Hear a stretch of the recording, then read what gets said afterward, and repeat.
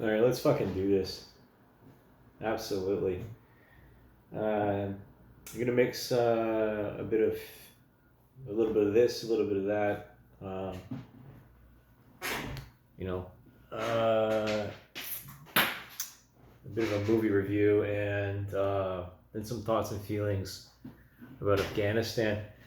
Um,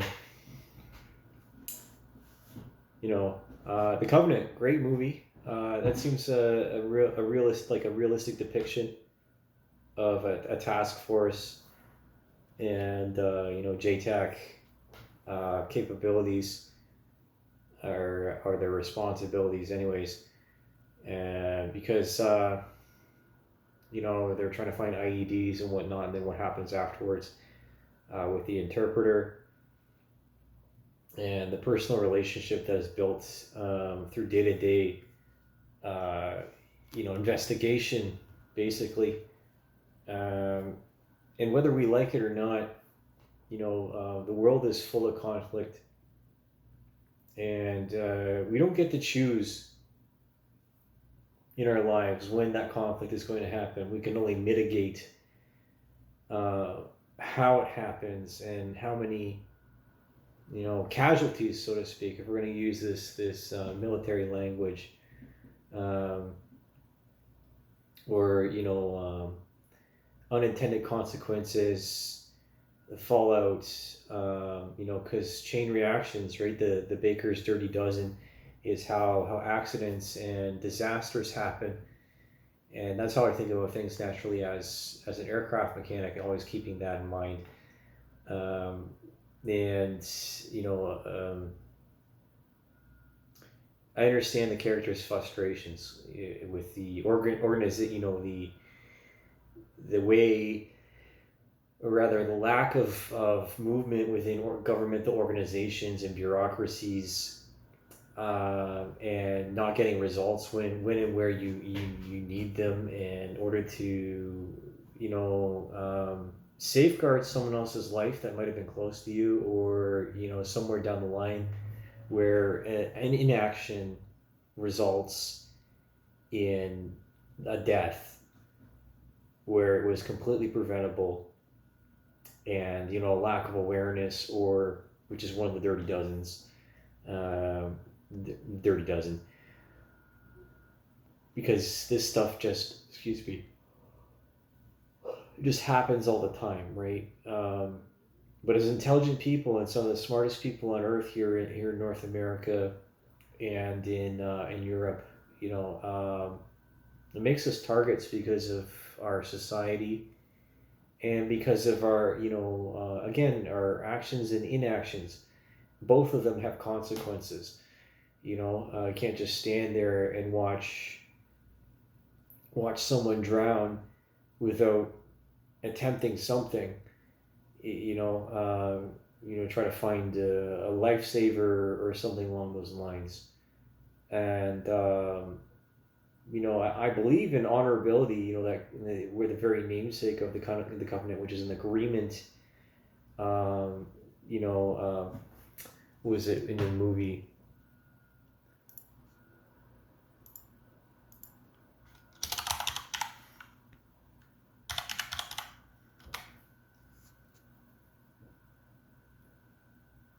A contract, a pact, a deal,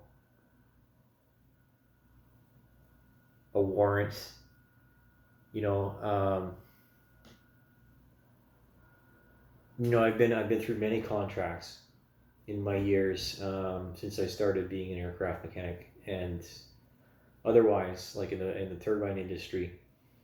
It's been, well, I graduated in 2011, 2011, 2012, around there.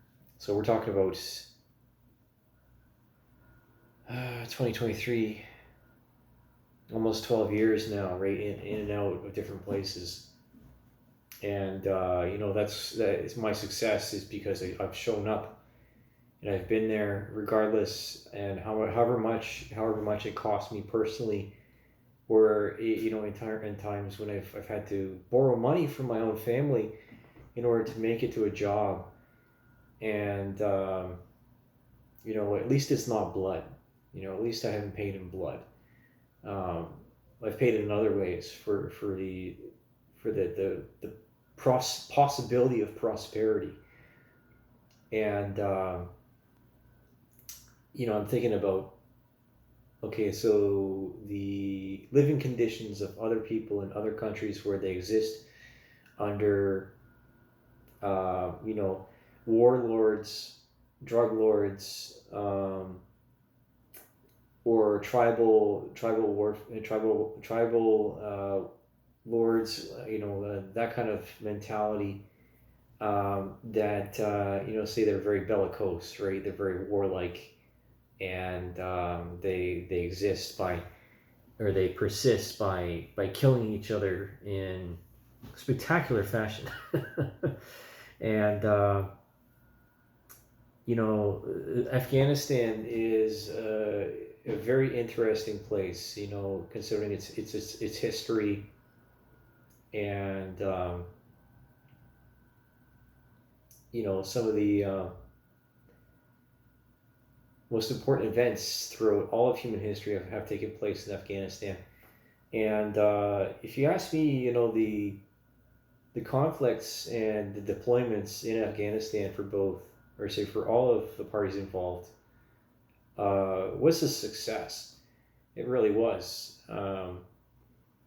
because of having to take control of the opium and the marijuana, because those are primary industries of the farming, besides like some agriculture or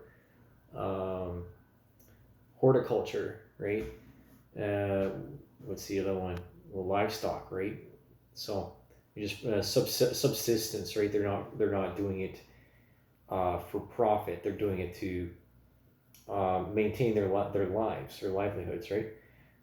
Just from an ignorant person's perspective, and never having been there. But people as across the world, as different as we are very much the same, right? There's always something to be learned from another culture, and eventually, because of the Belt and Road Initiative, and because of the dynamics of people who have so much money, they don't know what to do. They're like impotent children that just go around, and they demand so much of different countries. They form these monetary and fiscal unions. They try to tell the rest of the world what to do, and they lend out exorbitant loans to countries, and then they can't pay them back, etc., etc. If you know, you know. I don't need to get into that, because this is exactly as I'm saying, expanding upon this movie and the history and the implications of the relationship. And I agree with the summary at the end, in that we do owe them something, right? We owe the interpreters something, because not everyone in Afghanistan likes the Taliban, or whatever, right? Because that's just how it is, and not everyone in this world is intelligent. Not everyone in this world has the foresight beyond their own nose, right? To understand the implications and the consequences of their actions. And I remember watching this documentary. It was about drug rehab facility in Kabul, I think it was, right? And there's hundreds of people that are destitute, and that are addicted to opium, basically. And that was one of the reasons why the opium wars took place, in Hong Kong and England. That with China, that went at it because of those reasons. Because it's it destroys people. And I think about I'm thinking about the other one of the other cultural not cultural one of the other things that affected I was talking about drug addicted junkie veterans right from Vietnam, where the what's it's something the same like opium, the dope, the smack, right, was coming in from Laos and Thailand, and they were using it with the Viet Cong with their network of hookers and prostitutes in these drug dens, to mess up soldiers so they would lose their will to fight. There's because these are the dirty ways of war, right? These are the unrestricted elements of warfare, which are, by different definitions of the law, unfair. It would be considered chemical warfare at that point, and because it just spreads and spreads and spreads, and there's very little you can do to stop the cultural contagion. Let's I'm going to describe it like that, um, because that's what drug addiction is. Drug addiction is just a symptom in a culture of suicidal tendency, right? That's a symptom. The lack of purpose. Why are we here? What are we doing? Why are we killing people? Well, killing people is just, in some places of the world, is just a matter of fact. It's a day-to-day thing. And people die every day. And we're very insulated here in North America, right? We're very privileged by that fact that we have this veil between us and the dearly departed, right? That we don't have a direct relationship with. Let's put this here, with our deceased anymore. It goes to the, like, we send them off to the morgue. They go to a funeral home. We see their body. We either cremate them, and then we put them in a box in the ground, and that's the end of it. Say no more, right? Forget about it, almost. So, this is very different when you see a body on the street or in an alleyway, right? Say, if I'm gonna try and think like a boots on the ground soldier, when you see people just lying about, or you see children in cages, human trafficking, again, these people in town here. There's a methadone clinic that's very close to my high school. It's between CCH, Beale, and the London Police Department. And you can obviously see the effects on people who are long-term addicts. And recently, a few weeks ago, I saw someone smoke. I call me naive, call me sheltered, but I'd never seen someone smoke a crack pipe before, and he was doing it in a bus shelter.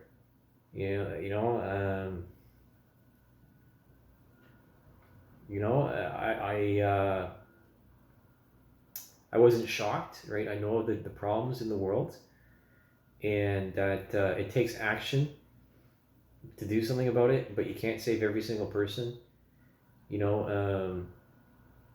What can I say? And there's other reasons as to why there will be, by my prediction, another intervention in Afghanistan. I can't say when, because it takes a huge amount of governmental support, and we already have this Ukraine thing going on, right now. So as is the date, continuation with Russia, the conflict with Russia, June 18th, 2023, and I'm gonna roll back the clock here a bit, because let's see, this took place, or the setting was let's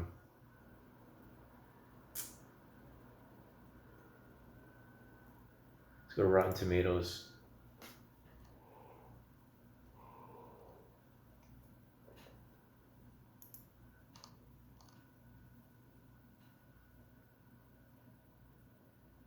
I think it was set in 2007, something like that.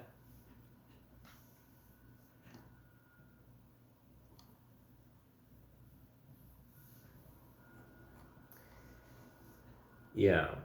So it's still in the thick of it, right? Of what some people call an occupation. But, in a lot of respects, I'd rather deal with ISAF than I would with the Taliban. At least ISAF would imprison you. Um, you know, eh, there's always that other end to the dark side of the whole Iraq. The 9/11 reaction and interdiction. The response that which a lot of people don't have good feelings about, and I understand that for a good reason. And but if I'm gonna interpret this to personal experience, you know, this is just coming from me, right? And I'm not a veteran. I'm not. I'm not. I know I had never served. Um, all my familiarity is because of cadets and 7 years of being around veterans and learning about military structure and culture, different bases across Eastern Canada, like Trenton, Borden, Valcartier, and what's it, Bagotville. Those are the ones that I visited in my time when I was in cadets, and you know, and then I have one of my crowning achievements, which again is over there. This commendation, this unit commendation right there. Okay, for 2004, and I talk about propaganda art, and I wanted to go to Afghanistan. I did. I didn't tell anybody about it. I felt a bit of an obligation, and somebody that was was from the UK, and at the time, well, I went to went to Scotland once, right? And Christians are a network naturally, so that's how I came to that paper that I have that has to do about it's a coin, it's a coin op brief. If I have to pull it out somewhere, having to do with the Toronto 8 or whatever they are, if I remember correctly.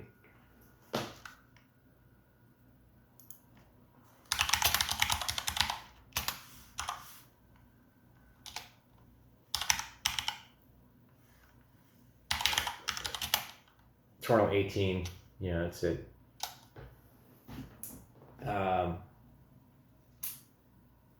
I wanted to be an officer, I wanted to be a pilot. My backup was to be a mechanic, right? And that's what I've become because I got really messed up. Just getting involved with drinking too much and not having any structure in university, and I have no one to blame but me. Just lost motivation and like, what am I doing here? Why am I doing this? And again, especially I'll keep hammering this home. I got the package as soon as I was done being a staff cadet at Borden to become part of the CIC. And a lot of people get that when they leave. They age out at 19. And again, I'm going to emphasize, if you do watch this and you were in cadets, pride yourself if you stuck it out like I did. It opens up a lot of opportunities. And I have to thank, the military for even having that program at all. And so this is why I feel I have a covenant, um, without it being written in words, not only to cadets to return something back, um, and to give something back, but to do something however I can, for other veterans. These are my feelings, right? Um, because I do. If you want to call it survivor's guilt because I didn't go, yeah, I do. I do feel like that. I do feel like I should have gone. I should have done something about it.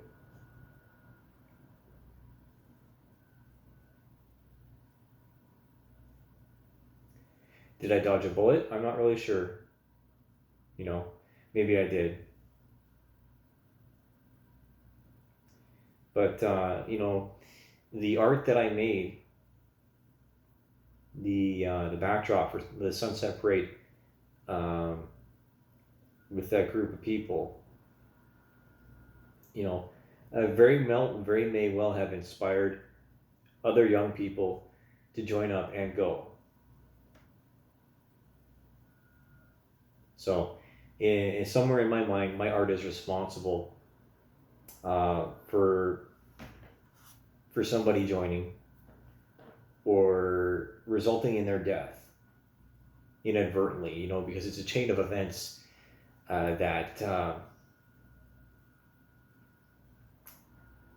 the what do I the chain of events that leads from, someone's inaction, right, the Dirty Dozen, that leads to an aircraft crashing where somebody dies, right? And I know how talented I am, and I understand my intelligence, and I want to do more with it, because I'm just, to be frank, I'm tired of just sitting here.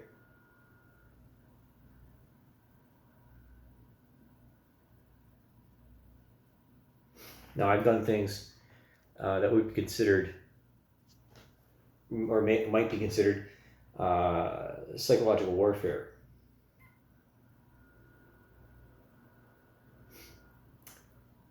And I haven't really talked about them. I'm not going to talk about them in this video because, to me it's sensitive, and to others it might be even more sensitive.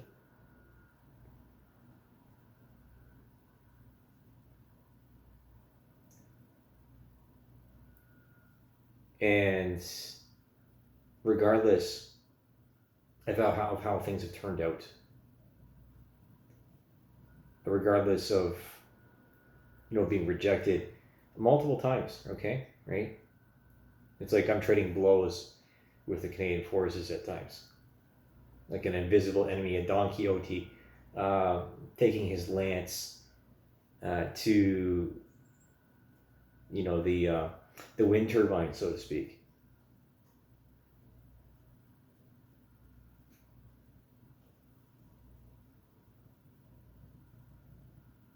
And that's why I'm so concerned about the way things are right now.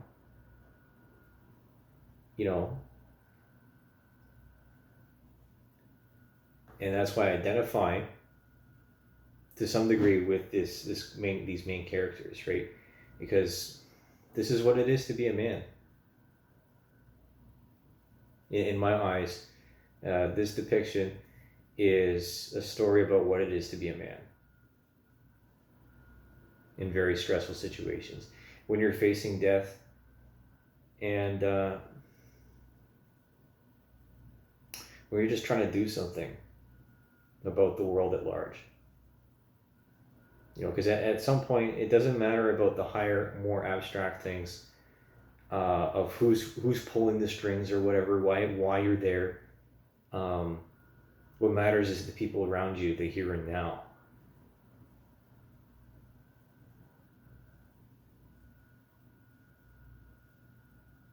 So I'm going to keep doing whatever I'm doing right now, be in the best shape of my life.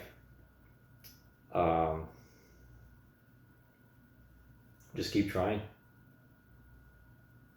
You know, what can I say? I've been through the ringer more than once, mentally and physically. I've had my baptism of fire in the aviation world, and I'm not going to give up. I will not give up, because there's just forces at bay within the world that if you don't do anything, if you don't stand up, and if you don't fight back, then it gets worse. And I don't want to live in a world like that. I don't want my kids to live in a world like that.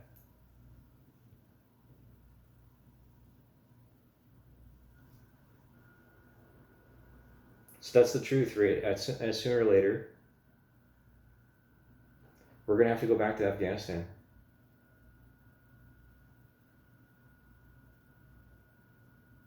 Thanks for watching.